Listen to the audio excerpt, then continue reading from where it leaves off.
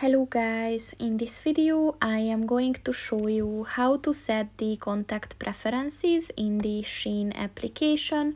But first I just want to mention, don't forget to subscribe to my channel, because at 10,000 subscribers I am going to show you my whole YouTube revenue statistics and growth strategy, as well as how to make money online.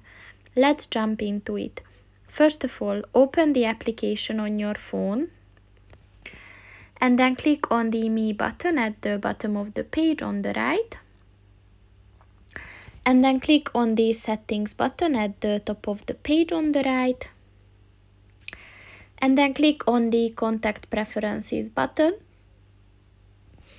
And as you can see, you can set several functions here. For example, you can enable new message notifications in here. So just go to that and then click on the Notifications button, and then just click on to allow notifications. Then if you go back to the application, it will be set to on.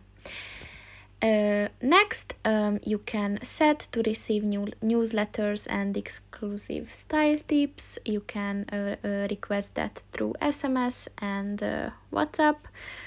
And you can also set some in-app reminders, like for coupons and points.